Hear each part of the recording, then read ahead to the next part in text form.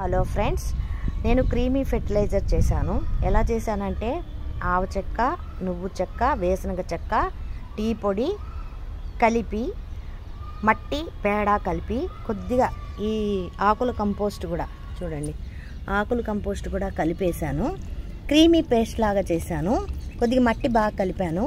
ఆ మట్టి ఎలా ఉంటుంది? పేడతో కలిసిన మట్టి అనమాట. దీన్ని ఎలా చేస్తానో ఒక్కొక్క మొక్కకి చూడండి. చూడండి, ఇక్కడ మొక్క పైకి వేళ్ళు వచ్చేసాయి కదా, దీని మీద ఈజీగా నేను చూడండి ఇలాగా ఈ వేళ్ళు కనిపించకుండా అప్పేసానండి.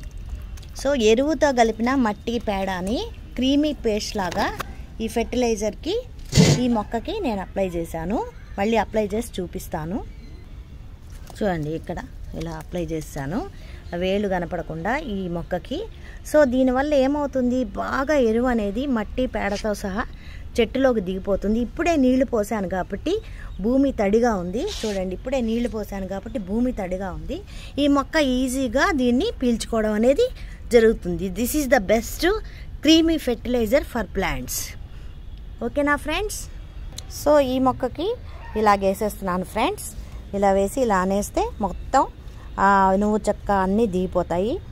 వేరుశనగ చెక్క, ఆవ చెక్క, టీ పొడి, మట్టి పేడ అన్నీ వెళ్ళిపోతాయి పేస్ట్ లాగా.